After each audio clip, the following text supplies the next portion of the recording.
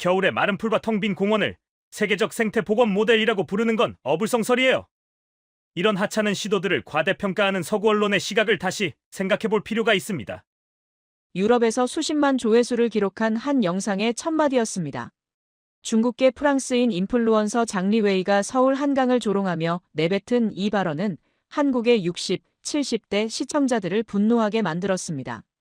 한국이 자랑하는 생태 복원이라는 게 고작 이 정도냐, 진짜 환경 선진국이 어디인지 모르고 있다는 식의 폄하가 이어졌기 때문입니다.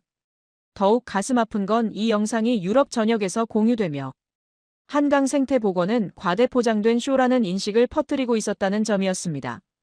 그런데 불과 한 달 후 상황이 완전히 뒤바뀌었습니다. 32세 프랑스 수생식물학자 클레르 로랑이 제작한 반박 영상이 BBC를 통해 유럽 전역에 방송되면서 오히려 한강이 세계적 주목을 받게 된 것입니다. 도시가 강에게 사과하는 방법이라는 제목의 이 영상은 파리, 런던, 베를린의 시민들로 하여금 우리는 우리 강에게 무엇을 했나를 되돌아보게 만들었습니다. K-팝 애니메이션 팬이었던 한 젊은 학자가 어떻게 3개월 만에 한국어를 마스터하고 한강에서 수다를 발견하고 결국 유럽 언론까지 움직이게 된 것일까요? 장리웨이의 악의적 폄하를 정면 반박한 그녀의 영상은 왜 유럽 시민들의 마음을 움직였을까요? 그리고 한국의 시니어들이 외국 아이가 우리를 이렇게 이해해주다니라며 눈물 짓게 만든 그 영상의 정체는 과연 무엇이었을까요?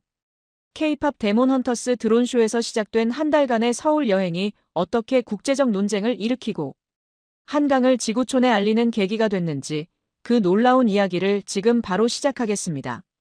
잠깐만요. 혹시 지금 어디서 듣고 계신가요? 구독과 좋아요 미리 눌러주시면 건강하고 행복한 기운 듬뿍 받으실 거예요. 11월 중순, 파리발 인천행 비행기 안이었습니다. 창가 좌석에 앉은 저는 작은 공책을 무릎 위에 펼쳐놓고 한국어 문장을 조용히 중얼거리고 있었어요. 한강은 도심을 가로지르는 큰 강입니다. 수생식물은 물을 깨끗하게 만드는 중요한 역할을 합니다. K-팝 데몬 헌터스 드론쇼가 오늘 밤 한강에서 열립니다. 옆 좌석에 앉은 중년 남성이 호기심 어린 눈으로 저를 바라보더니 말을 걸어왔어요. 한국어 공부하시는 거예요? 저는 잠시 망설이다가 한국어로 대답해봤습니다. 네, 아직 많이 부족하지만 3달 정도 공부했어요. 한글이 생각보다 구조가 너무 좋아서 읽는 건 금방 익혔어요. 그분이 놀란 표정으로 말했어요. 3달 만에요? 정말 빨리 배우셨네요. 저는 미소를 지으며 공책을 덮었습니다. 사실 이 한국행 비행기에 오르기까지는 정말 긴 이야기가 있었거든요. 2024년 말까지만 해도 저는 한국어는커녕 K-팝도 잘 몰랐었어요. 연구실 동료가 BTS나 블랙핑크 무대 영상을 틀어놓을 때마다 퍼포먼스는 대단하다고 생각했지만 그 정도였죠. 진짜 변화는 2025년 7월에 시작됐습니다. 제 조카 엘라가 넷플릭스에서 K-팝 데몬 헌터스라는 애니메이션을 발견한 거예요. 10살짜리 엘라는 며칠 만에 완전한 팬이 되어버렸어요. OST를 흥얼거리고 캐릭터 춤을 따라하고 세계관을 줄줄 설명하더라고요. 어느 날 엘라가 저에게 말했어요. 이모, 이거 같이 보자. 서울이랑 한강 나오고 춤도 있고 괴물도 나와. 처음엔 그냥 조카 맞춰주는 마음으로 보기 시작했는데 한 편, 두 편 보다 보니 완전히 빠져버렸어요. 특히 한강, 남산, 낙산공원, 북촌 한옥마을이 배경으로 계속 등장하는 연출이 인상적이었어요. K-팝 댄스와 도시 판타지의 조합, 그리고 도시와 물이라는 테마가 제 전공인 수생식물학과 묘하게 맞아떨어지는 느낌이었거든요. 그런데 문제가 있었어요. 자막 없는 영상 클립을 찾아보다 보니 화면에 계속 나오는 한글 자막이 눈에 밟히기 시작한 거예요. 저 글자들. 왜 이렇게 딱딱 떨어지지? 이거 알파벳이랑 완전 다르네. 호기심이 생긴 저는 결심했어요. 캐대헌 제대로 보려면 한국어부터 배우자. 그렇게 시작된 3개월간의 광폭 몰입이었습니다. 매일 아침 30분은 한글 자모 연습과 발음 따라 읽기. 점심시간 20분에서 30분은 캐대헌 한화를 한국어 음성의 한국어 자막으로 보면서 나온 단어를 노트에 적기. 저녁에는 온라인 한국어 튜터와 1시간 화상 수업. 수업 주제는 주로 캐대헌 줄거리 설명하기, 한강과 서울 묘사하기 같은 것들이었어요. 주말에는 한국인 유튜버들의 브이로그를 보면서 한강, 남산, 북촌, 낙산공원 영상의 자막과 풍경을 같이 따라 읽고 메모했죠. 그런데 정말 놀라웠던 건 한글 자체였어요. 처음엔 동아시아 언어니까 엄청 어려울 줄 알았어요. 그런데 한글은 소리대로 조립하는 느낌이었어요. 라틴어 계열 언어에 익숙했던 저에게 한글은 완전히 새로운 경험이었습니다. 글자를 그림처럼 외우는 게 아니라 발음 원리대로 조립해서 읽는 문자체계라니. 자음과 모음을 이렇게 배열해서 소리를 만드는 언어라는 걸 알았을 때 정말 감탄했어요. 솔직히 말하면 제가 지금까지 공부한 어떤 문자체계보다 과학적이었거든요. 프랑스어나 영어에서는 발음과 철자가 자주 싸우는데 한국어는 원리만 이해하면 글자와 소리가 거의 같이 움직였어요. 이 정도면 외국인에게 정말 친절한 문자라고 해도 될 것 같았어요. 한국 사람들이 세종대왕님이 한글 만들어주셔서 감사하다고 농담처럼 말하던데 솔직히 저도 공부하면서 그런 생각이 들었어요. 이분 아니었으면 내가 이렇게 빨리 한국어를 배웠을까? 세종대왕님께 정말 감사하게 됐죠. 그렇게 학자 기질과 덕후 근성의 시너지로 3개월 만에 일상 대화와 전공 관련 기초 대화까지 가능한 수준에 도달했어요. 그러던 중 10월 말에 온라인에서 봤습니다. 11월 중순 한강 K-팝 데몬 헌터스 드론쇼 올해 마지막. 그 순간 생각했어요. 한국어도 이제 일상 대화는 되고 캐대헌 배경도 어느 정도 이해했고 한강이 이 애니메이션의 심장처럼 반복해서 나오는데 실제 한강에서 캐대헌 드론쇼를 본다면 이 세계가 한 번에 이어질 것 같다. 그래서 바로 휴가 신청을 했어요. 지도 교수님께는 서울도시 하천과 습지 시스템 현장 답사 겸 휴가라고 말씀드렸지만 진짜 마음은 한강에서 캐대헌 드론쇼를 내 두 눈으로 본다였죠. 비행기가 고도를 낮추기 시작했습니다. 창밖으로 한국의 야경이 보이기 시작했어요. 까만 하늘 아래 반짝이는 불빛들이 강을 따라 길게 늘어서 있었습니다. 공항 리무진 버스를 타고 시내로 향하는 동안 밤에 다리 위를 지나갔어요. 기사님이 말했습니다. 지금 보이는 게 한강입니다. 까만 물 위에 다리 불빛이 줄처럼 배어나오는 장면. 화면 속에서만 보던 그 강이 유리창 바로 옆까지 다가와 있었습니다. 버스 안에서 혼자 중얼거렸어요. 드디어 왔다. 캐대헌의 무대에 한글을 만든 나라에 한강이 흐르는 도시에 내일부터 시작될 서울에서의 시간이 어떨지 가슴이 두근거렸습니다. 이 여행의 목표는 3가지였어요. 첫 번째는 한강에서 열리는 캐대헌 드론쇼 직관. 두 번째는 캐대헌 배경지인 낙산공원, 북촌 한옥마을, 남산타워 성지 순례.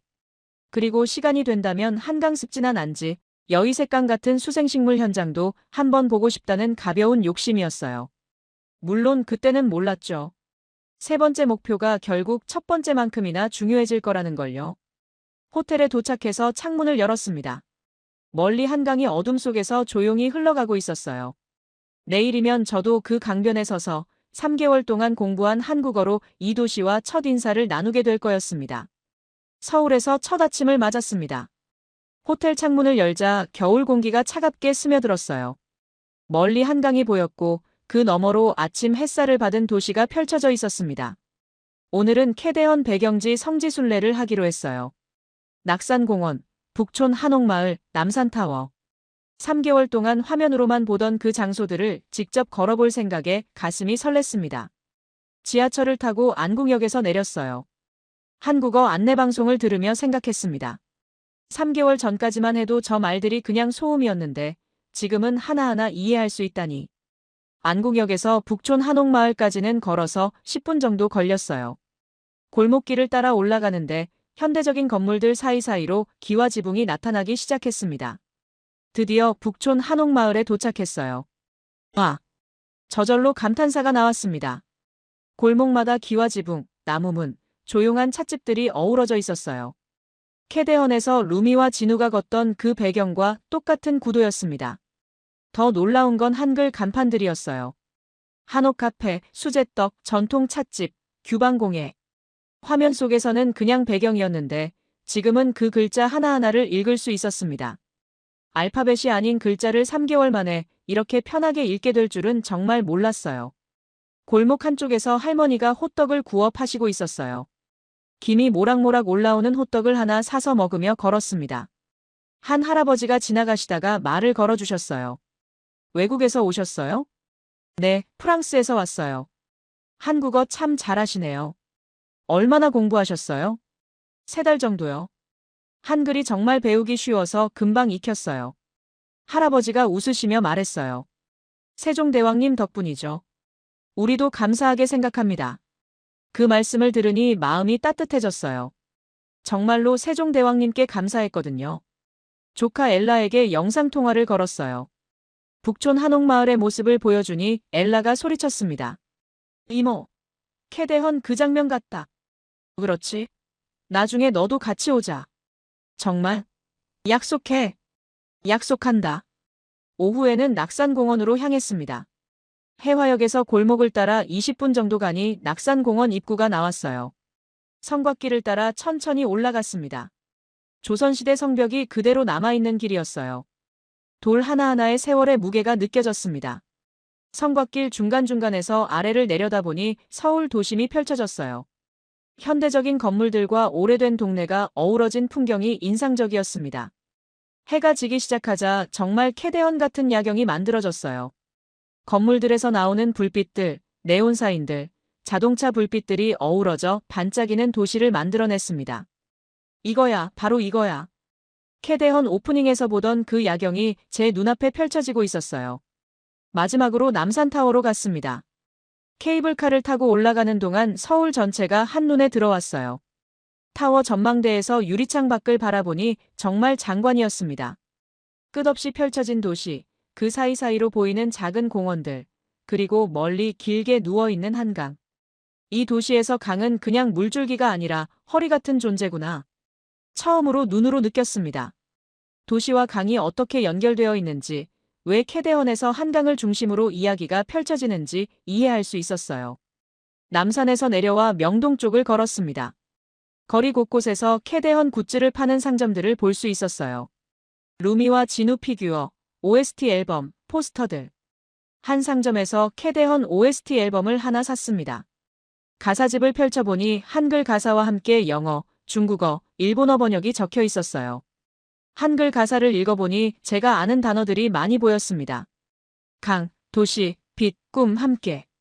3개월 전까지는 그림 같았던 글자들이 이제는 의미로 다가왔어요. 호텔로 돌아가는 길에 편의점에서 컵라면을 사서 한강변에 갔습니다. 여의도 쪽 난간에 앉아서 라면을 먹으며 야경을 바라봤어요. 강 위로 다리들의 불빛이 길게 늘어져 있었고 강변을 따라 조명들이 반짝이고 있었습니다. 멀리서 드론 연습을 하는지 작은 불빛 몇 개가 하늘에서 움직이고 있었어요. 내일이면 저 하늘에 캐대헌이 나타나겠구나. 라면을 다 먹고 강변을 따라 천천히 걸었습니다. 조깅하는 사람들, 산책하는 가족들, 데이트하는 연인들이 강변 곳곳에서 각자의 시간을 보내고 있었어요. 한 할머니가 손주와 함께 벤치에 앉아 강을 바라보고 계셨습니다. 아이가 할머니에게 뭔가 물어보고 할머니가 강을 가리키며 설명해주는 모습이 따뜻해 보였어요. 그때 깨달았습니다. 캐대헌은 단순히 애니메이션이 아니라 이 도시에 사는 사람들의 일상과 꿈이 만들어낸 이야기라는 걸요. 한강도 남산도 북촌도 모두 실제로 사람들이 살아가는 공간이었어요. 호텔방으로 돌아와서 오늘 찍은 사진들을 정리했습니다. 북촌의 한글 간판들, 낙산공원의 야경, 남산타워에서 본 도시 전경, 한강변의 불빛들. 각각의 사진마다 캐대헌의 한 장면이 떠올랐어요. 화면에서 본 서울과 제가 직접 걸은 서울이 하나로 연결되는 느낌이었습니다. 내일은 드디어 한강에서 캐대헌 드론쇼를 볼 수 있어요.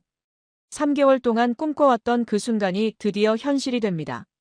침대에 누워 천장을 바라보며 생각했어요.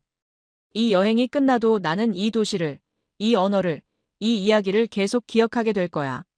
한글을 배우면서 만난 세종대왕님의 지혜, 캐대헌을 통해 알게 된 한국의 아름다움, 그리고 오늘 직접 걸어본 서울의 진짜 모습들. 모든 게 하나로 이어지고 있었습니다. 드디어 캐대헌 드론쇼가 열리는 날이었습니다. 오후부터 여의도 한강공원으로 향했어요. 지하철 5호선 여의나루역에서 내려서 강변으로 걸어가는데 벌써 많은 사람들이 몰려 있었습니다. 가족 단위로 온 사람들, 친구들끼리 온 젊은이들, 연인들, 그리고 저처럼 혼자 온 외국인 관광객들까지 다양한 사람들이 한강변에 모여들고 있었어요. 공원 곳곳에는 안내부스가 설치되어 있었고 스태프들이 질서정연하게 관람객들을 안내하고 있었습니다. 안내방송도 한국어, 영어, 중국어, 일본어로 번갈아 나오고 있었어요. 와, 정말 국제적인 행사구나. 한강변 잔디밭에 돗자리를 깔고 자리를 잡았습니다. 해가 지기 시작하면서 겨울밤 공기가 점점 차갑게 변했어요. 입에서 나오는 하얀 김, 핫팩을 꺼내는 사람들, 따뜻한 음료를 마시는 모습들. AI 오디오북을 듣는 분들을 위해 설명드리면 그 순간의 분위기는 정말 특별했어요. 차가운 겨울 공기 속에서도 사람들의 기대감으로 가득한 따뜻한 에너지가 느껴졌거든요. 오후 7시가 되자 드론팀의 준비가 시작됐습니다. 강 건너편에서 수백 대의 드론들이 하나씩 떠오르기 시작했어요. 처음에는 그냥 작은 불빛들이었는데 점점 더 많아지면서 하늘의 별자리를 만들기 시작했습니다. 그리고 7시 30분, 드디어 쇼가 시작됐어요. 수백 대의 드론이 일제히 움직이기 시작했습니다. 한강 위 하늘에 캐대헌 로고가 나타났어요. 그 다음엔 루미와 진우의 실루엣, 그들이 싸우는 괴물의 모습까지. 와! 군중들의 탄성이 한강 위로 울려 퍼졌습니다. 저도 모르게 눈물이 났어요. 3개월 동안 화면에서만 보던 캐대헌의 세계가 진짜 서울 하늘 위에 다시 그려지고 있었거든요. 강도, 다리도, 건물도 전부 빛으로 만든 선으로 다시 태어나고 있었어요. 애니메이션이 현실이 되고 현실이 다시 꿈이 되는 순간이었습니다. 드론쇼가 절정에 달했을 때 마지막에는 한강과 서울 야경이 드론으로 재현됐어요. 제가 어제 남산타워에서 본 그 풍경이 하늘에 떠오른 거였습니다. 쇼가 끝나고 나서도 한동안 여운이 남았어요. 사람들이 박수를 치고 환호성을 지르고 사진을 찍으며 감동을 나누고 있었습니다. 그때 누군가 제게 말을 걸었어요. 여기서 만나네요. 돌아보니 카메라를 든 동양인 남성이 서 있었습니다. 어디서 본 얼굴 같았는데? 당신도 이 행사 보러 왔어요? 그제야 기억이 났어요. 프랑스에서 열린 국제학술 행사에서 몇 번 본 적이 있는 사람이었어요. 장리웨이라는 이름의 중국계 프랑스인이었죠. 네, 한강에서 캐대헌 드론쇼 한다고 해서 왔어요. 리웨이가 미묘한 웃음을 지으며 말했습니다. 한국은 이런 쇼를 참 잘해요. 요즘은 유럽에서도 많이들 속고 있죠. 진짜 힘이 어디 있는지 잘 모른 채. 그 말에 뭔가 불편한 기분이 들었지만 자세히 따지지는 않았어요. 오늘은 너무 좋은 날이었거든요. 사람들이 빠져나가는 길에 축제 안내 부스를 지나게 됐어요. 부스 한켠에 붙어있는 포스터들이 눈에 들어왔습니다. 난지한 강공원 생태습지, 교실 겨울 수생식물과 맹꽁이 서식지, 탐방 여의도 색강생태공원 겨울 워크숍, 수생환경 모니터링, 수달 흔적 찾기. 제 전공과 직접적으로 관련된 프로그램들이었어요. 포스터를 자세히 읽어보는데 축제 담당자가 다가와서 말했습니다. 한강 드론쇼 보셨으면 내일이나 모레 낮에는 한강 생태 프로그램도 한번 가보세요. 이 강이 단순한 무대가 아니라 살아있는 강이라는 걸 같이 보여드리고 싶어서 만든 프로그램이에요. 정말요? 저는 프랑스에서 수생식물을 연구하는 학자거든요. 아, 그러시면 더욱 관심 있게 보실 수 있을 것 같아요. 우리 한강의 생태복원 과정을 직접 보실 수 있어서요. 포스터를 받아들고 다시 한번 자세히 읽어봤어요. 내 전공은 바로 이런 곳이었습니다. 도시와 강, 습지와 수생식물. 나는 캐대헌을 보러 왔지만 이 포스터 앞에서 연구자의 본능이 다시 눈을 떴어요. 한강의 생태를 직접 볼 수 있다니. 드론쇼도 감동적이었지만 이제 정말 흥미로운 일이 시작될 것 같았습니다. 호텔로 돌아가는 길에 한강변을 다시 한번 걸었어요. 이번에는 낮에와는 다른 시선으로 강을 바라봤습니다. 물 위에 비치는 조명들, 강변을 따라 자라고 있는 갈대들, 멀리 보이는 작은 습지 같은 공간들. 이 강에는 정말로 수달이 살고 있을까? 겨울에도 수생식물들이 살아있을까? 연구자로서의 호기심이 캐대헌 팬으로서의 감동과 함께 꿈틀거리기 시작했어요. 그날 밤 호텔방에서 난지한 강공원과 여의색강 생태공원에 대해 검색해봤습니다. 생각보다 많은 정보가 나왔어요. 한강의 생태복원 과정, 수질 개선 프로젝트, 수생식물 도입 과정, 야생동물의 복귀. 이건 정말 논문감이네. 캐대헌 드론쇼를 보러 온 여행이었는데 이제 완전히 다른 차원의 발견이 시작될 것 같았어요. 내일부터는 한강을 수생식물학자의 눈으로 다시 보게 될 거였습니다. 팬으로서가 아니라 연구자로서 말이에요. 잠들기 전에 조카 엘라에게 메시지를 보냈어요. 드론쇼 정말 대박이었어. 캐대헌이 진짜 하늘에 나타났다. 그런데 내일부터는 한강의 생태를 공부할 예정이야. 이 강에 진짜로 어떤 생명들이 살고 있는지 보고 싶어. 엘라에게서 금방 답장이 왔어요. 이모 정말 멋있어. 캐대헌도 보고 연구도 하고. 나중에 모든 이야기 다 들려줘. 창밖으로 한강이 여전히 어둠 속에서 조용히 흘러가고 있었습니다. 내일부터 펼쳐질 새로운 발견들이 기대됐어요. 다음 날 아침 일찍 난지한 강공원으로 향했습니다. 지하철 6호선 월드컵 경기장역에서 내려서 셔틀버스를 타고 10분 정도 가니 난지한 강공원이 나타났어요.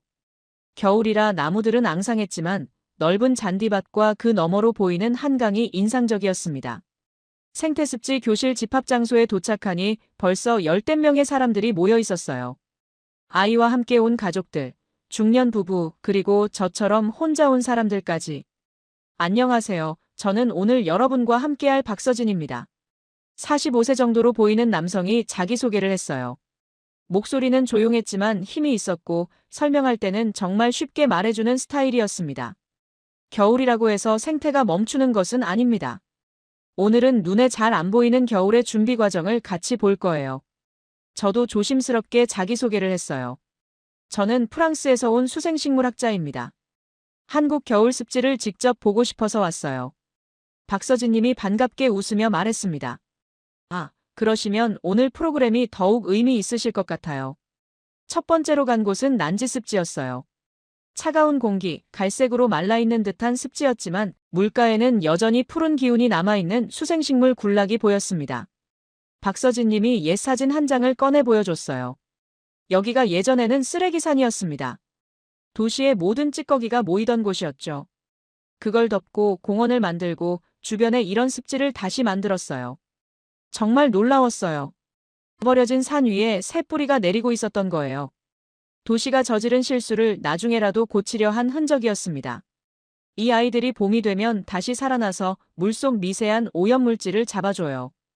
여름에 냄새 안 나게 만드는 것도 이런 친구들 힘이에요. 박서진 님이 겨울이라 겉보기엔 죽은 풀 같았지만 뿌리와 잎 일부가 여전히 살아있는 모습을 확대경으로 보여줬어요. 전공자로서 질문했습니다. 이 종은 자연적으로 다시 온 건가요? 아니면 사람이 도입한 건가요? 박서진 님이 기뻐하면서 깊이 있게 대답해줬어요. 도입 과정, 적응 기간, 현재 상태까지 자세히 설명해주니 이건 정말 논문감이다라는 생각이 들었어요. 그때 옆에서 조용히 듣고 있던 어르신 한 분이 말씀하셨어요. 예전엔 여기 냄새 심했어요. 여름엔 창문 닫고 살았죠. 지금은 이렇게 걸으면서 새도 보고 물풀도 보고 늙어서야 이런 꼴을 봅니다. 72세의 김상호님이었어요. 말수는 많지 않으셨지만 한 번 말씀하실 때는 짧고 묵직하게 하시는 분이었습니다. 그 말씀을 들으니 가슴이 뭉클했어요. 시간이 지나면서 도시와 강이 서로를 치유해온 과정을 직접 겪어본 분의 증언이었거든요. 그런데 이상했어요. 같은 프로그램에 카메라를 들고 참가한 사람이 있었는데 바로 어젯밤 드론쇼에서 만난 장 리웨이였어요. 리웨이는 일부러 마른 풀, 흙탕물, 삭은 부분만 가까이 잡아서 촬영하고 있었어요. 그의 멘트를 우연히 들었습니다. 겨울에 말라버린 습지. 이런 곳이 요즘 서구 언론에서 생태도시의 모범으로 소개된다. 그 말에 잠시 멈칫했지만 아직은 조용히 지켜보기만 했어요. 박서진 님이 우리를 다른 구역으로 안내했습니다. 맹꽁이 서식지라고 불리는 작은 연못이었어요. 겨울이라 맹꽁이는 땅속에서 잠들어 있지만 이 연못의 생태계는 여전히 살아있어요. 연못 주변에는 정말 다양한 수생식물들이 겨울을 나고 있었어요. 갈대, 부들, 창포 등등. 각각의 식물들이 어떤 역할을 하는지, 어떻게 물을 정화하는지 설명을 들으니 정말 흥미로웠어요. 한 아이가 물가에서 뭔가를 발견했어요. 여기 뭔가 있어요. 가까이 가서 보니 물속에 작은 물고기들이 헤엄치고 있었어요. 겨울에도 물고기가 있네요? 네, 이 친구들은 추위에 강해요. 겨울에도 활동하는 종들이거든요. 김상호님이 옆에서 말씀하셨어요. 제가 어릴 때는 한강에서 물고기 잡아서 먹기도 했어요. 그런데 언젠가부터 물이 더러워져서 아무도 안 잡더라고요. 지금은 다시 이렇게. 참 이상해요. 그 말씀에 박서진 님이 답했어요. 완벽해진 건 아무것도 없어요. 다만 강을 버려도 된다고 생각하던 시대는 끝났다고 믿습니다. 지금은 어떻게든 같이 살아보자고 말하는 사람들이 조금씩 늘어나고 있어요. 프로그램이 끝나고 박서진님과 개별적으로 이야기를 나눴어요. 한국의 도시 하천 복원에 대해 더 알고 싶어요. 프랑스에서도 비슷한 프로젝트들이 있거든요. 그러시면 내일 여의색강 프로그램도 참여해보세요. 또 다른 접근 방식을 보실 수 있을 거예요. 호텔로 돌아가는 길에 오늘 본 것들을 정리해봤어요. 쓰레기산에서 생태공원으로의 변신, 수생식물들의 적응 과정, 김상호님 같은 시민들의 변화된 인식, 그리고 장리웨이의 이상한 시선. 뭔가 중요한 이야기가 시작되고 있다는 느낌이 들었어요. 다음 날 아침 여의도역에서 내려서 도보로 10분 정도 걸었습니다. 한쪽에는 63빌딩과 IFC 같은 초고층 빌딩들이 우뚝 서 있었고, 다른 쪽에는 여의대로 8차선 도로와 차량 소음이 가득했어요. 그런 도심 한복판에 여의색강 생태공원 입구가 나타났습니다. 입구로 들어서는 순간 완전히 다른 세상이 펼쳐졌어요. 갈대와 작은 물길이 미로처럼 얽혀있는 조용한 습지였습니다. 신기하다. 바로 옆에서는 차들이 쌩쌩 달리고 있는데 이곳만큼은 완전한 자연이었어요. 오늘은 박서진님과 함께 새로운 안내자가 있었습니다. 서울시 환경정책과에서 나온 39세의 박은지 과장님이었어요. 생태정책에 대한 이해가 깊은 차분한 공무원이었습니다. 여기가 여의색강이에요. 한강 본류와 연결된 작은 지류인데 원래는 그냥 하천이었어요. 생태공원으로 조성한 거죠. 나무다리를 건너며 주변을 둘러봤어요. 빌딩 숲과 고속도로 사이에 숨어있는 듯한 이 작은 물길이 정말 특별해 보였습니다. 수생환경 모니터링을 해볼 거예요.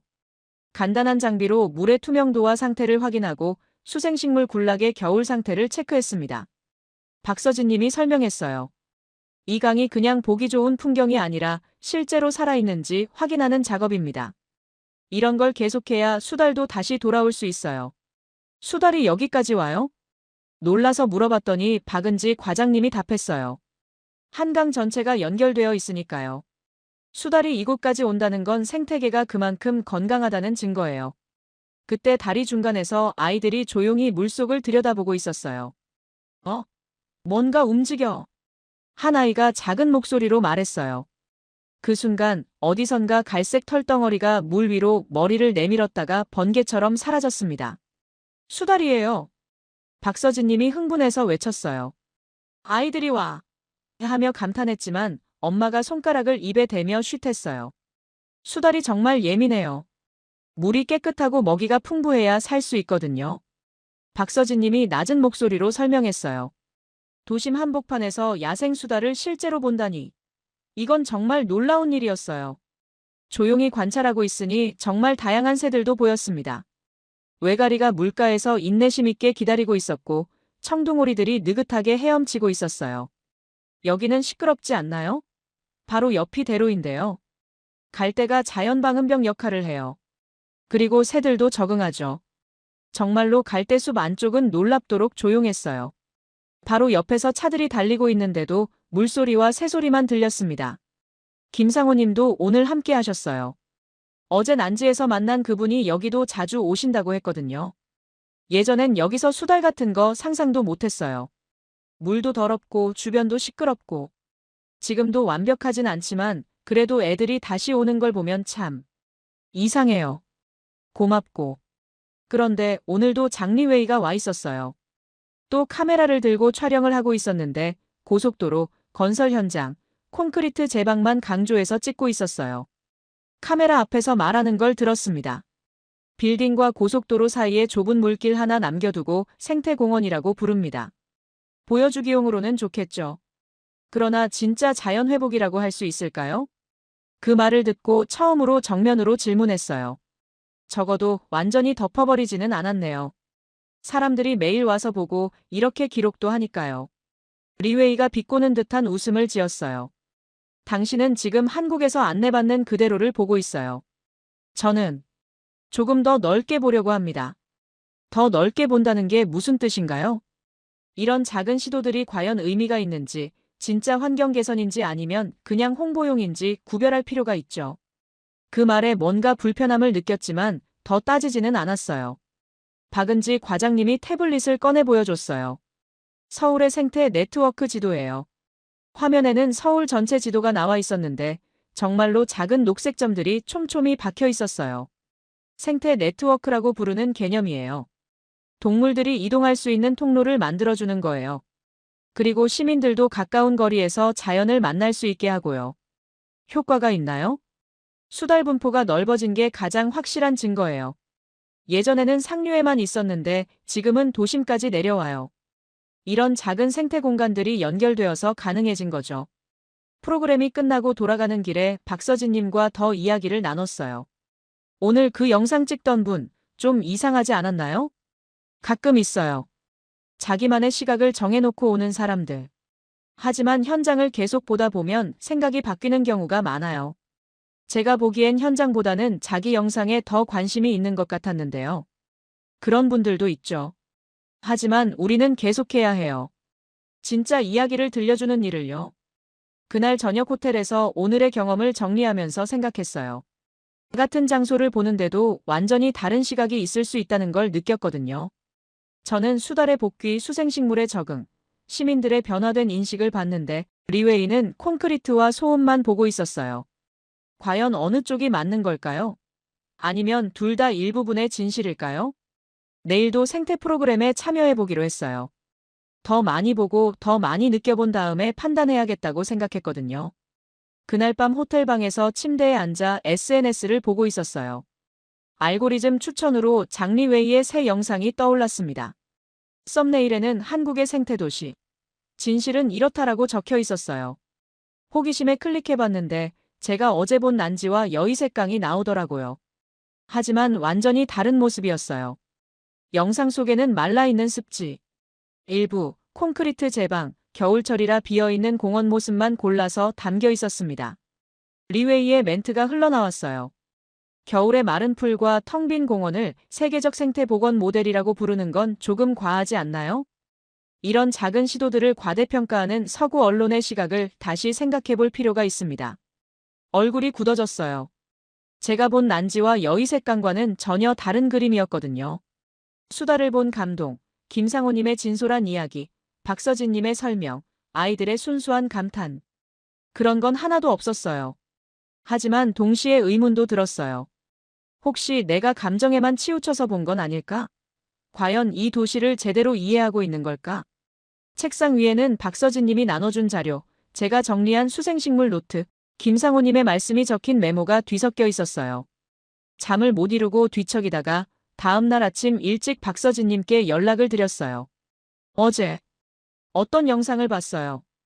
여기 겨울 풍경만 보여주면서 쇼라고 말하는 영상이요. 박서진님이 차분하게 답했어요. 겨울만 보면 죽은 숲 같고 빈 습지 같죠. 근데 생태는 한 계절만 보면 안 돼요. 10년, 20년, 30년을 같이 봐야 합니다. 그분이 예전 사진들, 수질 데이터, 종 다양성 변화 그래프 등을 보여줬어요. 1990년대 한강의 수질 지표와 현재를 비교한 자료였습니다. 확실히 개선된 부분이 많았어요. 물론 아직 부족한 점도 많아요. 하지만 적어도 포기하지는 않고 있습니다. 그날 오후 산책 중에 우연히 김상호님을 다시 만났어요. 한강변 벤치에서 강을 바라보고 계셨습니다. 어르신, 안녕하세요. 아, 어제 그 프랑스 분. 또 오셨네요. 김상호님 옆에 앉았어요. 어르신, 이 강에 대해서 정말 솔직하게 말씀해 주세요. 정말 좋아졌나요? 아니면 그냥 겉보기만 그럴싸한 건가요? 김상호님이 잠깐 강을 바라보시더니 말씀하셨어요. 이 강이 우리한테 욕도 많이 먹고 사랑도 많이 받았어요. 제가 젊었을 때는 정말 지저분했어요. 냄새도 나고 거품도 떴고 아무도 강에 가까이 안 갔죠. 지금은 어떠세요? 완벽하다고 할 수는 없어요. 하지만 저는 그래도 이만큼 돌아온 것만 해도 고맙다고 생각합니다. 우리가 한번 망쳐놓은 걸 이렇게라도 되살렸다는 게 늙어서 보니까 대단한 일 같아요. 그 말씀을 들으니 마음이 정리되기 시작했어요. 이 사람의 30년, 40년이 한 영상의 15분보다 가벼우지는 않다. 김상호님이 다시 말씀하셨어요. 외국분이 우리 강을 이렇게 관심 있게 봐주니까 고마워요. 하지만 너무 완벽하다고 생각하지는 마세요. 그냥 우리가 실수한 걸 고치려고 노력하는 중이라고 보시면 돼요. 그 말씀이 가장 정확한 표현 같았어요. 완벽하지도 않고 가짜도 아닌 그냥 노력하는 중인 도시. 그날 저녁 호텔에서 결심했어요. 학자로서 그리고 이 강을 직접 경험한 사람으로서 제가 본 것을 기록으로 남겨야겠다고요. 리웨이의 영상이 왜곡된 시각이라면 저는 제가 본 진실을 보여줄 의무가 있었어요. 카메라를 들고 나가서 제가 경험한 한강을 다시 찍기 시작했습니다. 이번에는 누구의 안내도 받지 않고 혼자서요. 진짜 이야기가 시작될 시간이었어요. 다음 날 이른 아침 카메라와 노트를 들고 혼자 한강으로 나갔습니다. 이번에는 안내 프로그램이 아니라 순전히 혼자만의 현장 답사였어요. 누가 시켜서 하는 기록이 아니라 학자로서 진실을 남겨야 한다는 사명감으로 하는 일이었습니다. 아침 7시에 한강변은 조용했어요. 차가운 겨울 공기 속에서 숨을 내쉴 때마다 하얀 김이 나왔고 얼어붙지 않은 물 위에는 새 몇 마리가 앉아 있었습니다. 난지습지와 여의색강을 다시 찾아가서 수생식물 군락, 갈대밭, 물가의 얼음, 사람들의 발자국을 차례로 찍었어요. 리웨이의 영상과 같은 장소에서 조금만 시선을 바꾸면 보이는 것들을 기록했습니다. 그 다음에는 인터뷰를 시작했어요. 먼저 박서진님을 찾아갔습니다. 난지습지 한쪽, 바람소리와 풀 스치는 소리 속에서 한국어로 물었어요. 이 강, 예전과 지금 제일 큰 차이가 뭐라고 생각하세요? 박서진님이 잠시 강물을 바라보시더니 답하셨어요.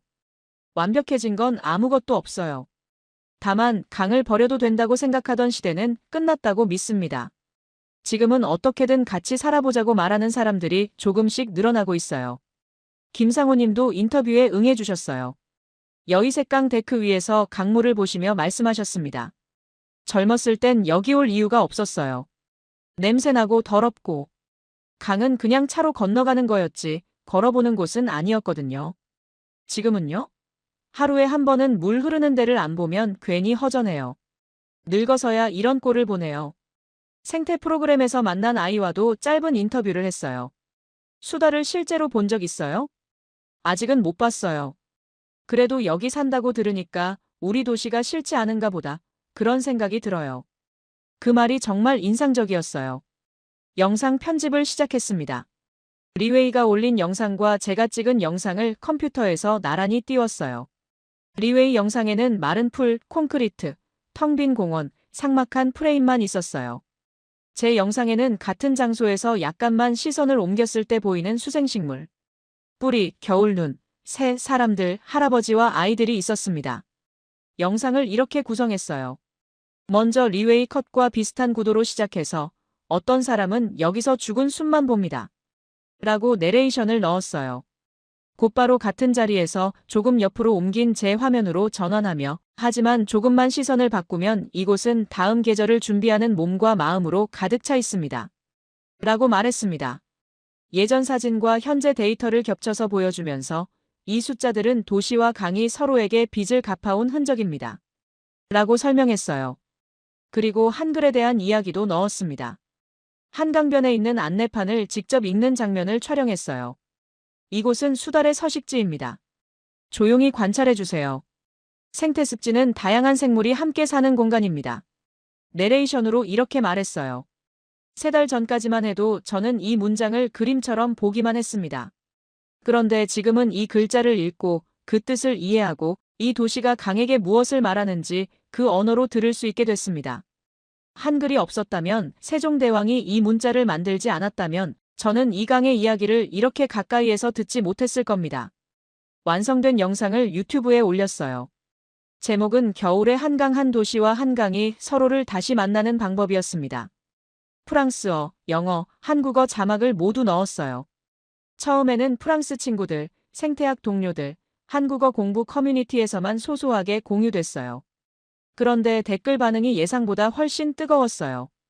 파리센느강은 지금 무엇을 하고 있나 생각하게 된다. 도시가 강에게 사과한다는 표현이 인상적이다. 한국이 이렇게까지 바뀐 줄 몰랐다. 여행 가고 싶다. 며칠 사이에 영상이 한국 커뮤니티, 유럽 환경단체, K-팝 팬들 사이를 가로질러 공유되기 시작했어요. 리웨이의 왜곡 영상을 본 사람들 일부가 이 영상을 같이 봐야 한다며 링크를 걸기 시작했습니다. 일주일 후 정말 놀라운 일이 일어났어요. BBC 환경 다큐팀에서 메일이 온 거였어요. 당신의 한강 영상이 유럽에서 큰 반향을 일으켰습니다. 환경과 도시재생을 다루는 특집에서 이 영상을 인용하고 당신과 짧은 인터뷰를 하고 싶습니다. 정말 믿을 수 없었어요. 며칠 후 BBC에서 제작한 짧은 다큐 클립을 봤는데 파리 센느강, 런던 템스강, 베를린 슈프레강과 서울 한강이 번갈아 나오면서 도시는 강과 어떤 관계를 맺어야 하는가라는 질문을 던지고 있었어요. 유럽 SNS 반응도 놀라웠어요. 우린 그동안 강을 너무 쉽게 버렸다. 서울이 완벽하진 않겠지만 최소한 강에게 미안해하는 도시라는 건 알겠다. 우리 도시도 이런 식의 재생을 해볼 수 있지 않을까? 제가 만든 작은 영상이 유럽 전체에 한강의 이야기를 전하고 있었어요. 물론 리웨이도 가만히 있지 않았어요. 반박 영상을 올렸지만 이번에는 댓글 분위기가 예전과 달랐어요. 당신은 왜 늘 한국만 과소평가하나? 그녀는 현장을 보여줬고 당신은 구도를 정해놓고 본다. 중국도 훌륭한 사례가 많지만 그렇다고 한국을 깎아내릴 필요는 없다. 캐대헌을 보러 온 여행이 이런 일로 번질 줄은 정말 몰랐어요. 하지만 후회하지 않았습니다. 제가 본 한강의 진실을 세상에 알릴 수 있었으니까요. 한국에서의 마지막 날이었습니다. 겨울 해가 기울어가는 한강변 드론쇼가 열렸던 여의나루 쪽에서 마지막 시간을 보내고 있었어요. 우연히 아니면 약속이라도 한 듯이 장리웨이와 다시 마주쳤습니다. 벤치에 나란히 앉게 됐어요. 당신 영상 BBC에도 나왔다면서요. 축하드립니다. 리웨이가 말했지만 톤은 축하라기보다 비꼬는 느낌이었어요. 그건 이강 때문이에요. 저는 그냥 제가 본 것을 말했을 뿐이고요. 사람들은 감성적인 이야기를 좋아하죠. 대국의 구조를 이해하는 것보다 작은 나라의 감동적인 사연에 더 열광합니다.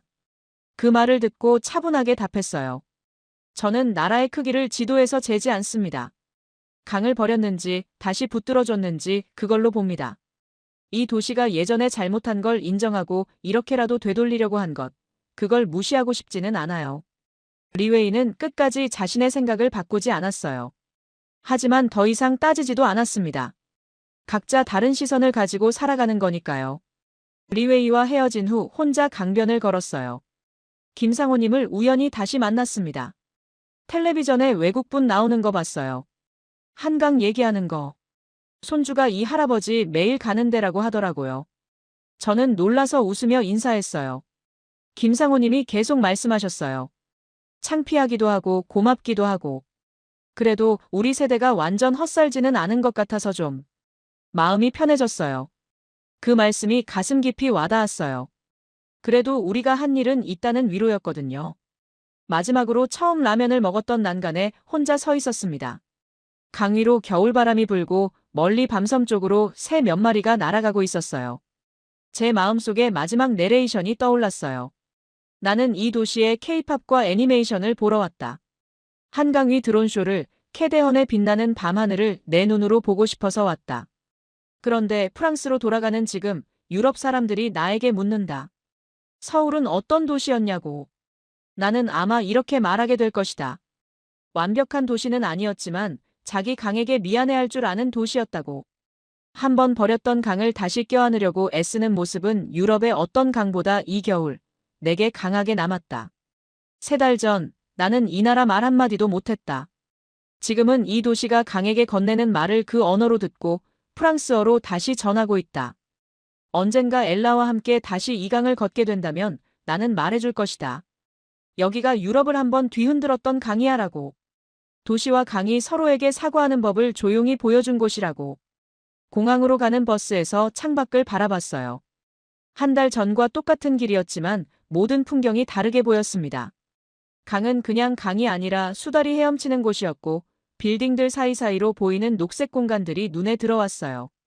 비행기에서 내려다본 서울도 달랐어요. 이제는 도시 전체에 촘촘히 박힌 생태 네트워크가 보였어요. 큰 강과 작은 개천들, 큰 산과 작은 공원들이 실처럼 연결된 모습이요. 프랑스에 도착해서 조카 엘라를 만났어요. 이모, 어땠어? 정말 좋았어. 캐대헌 드론쇼도 받고 한강의 수달도 받고 그리고 엘라에게 제가 만든 영상을 보여줬어요. BBC에서 방송된 클립도 함께요. 와, 이모가 텔레비전에 나왔네. 나도 나중에 한국 가고 싶어. 한강에서 캐대헌 드론쇼 보고 싶어. 언젠가 꼭 같이 가자. 몇 달 후 연구실에서 동료들과 이야기를 나누고 있을 때였어요. 클레르, 너 한국 다녀온 후로 완전 달라진 것 같아. 뭐가? 도시 하천 연구할 때 시민들의 목소리를 더 많이 듣게 된 것 같아. 예전에는 데이터만 보더니. 정말 그랬어요. 김상우님 같은 분들의 목소리가 숫자보다 더 중요하다는 걸 깨달았거든요. 그리고 제 책상에는 항상 한글 공부 노트가 놓여 있어요. 한국어 실력을 계속 늘려가고 있습니다. 언젠가 다시 서울에 가서 한강의 봄과 여름과 가을도 보고 싶거든요. 그리고 그 계절들의 이야기도 세상에 들려주고 싶어요. 강은 계속 흘러갑니다. 멈추지 않고 조용히, 꾸준히. 하지만 이 겨울의 한강은 한 번 유럽을 뒤흔들어 놓고 한 사람의 인생을 조용히 바꿔놓고 흘러갔어요. 그 이야기는 여전히 계속되고 있습니다.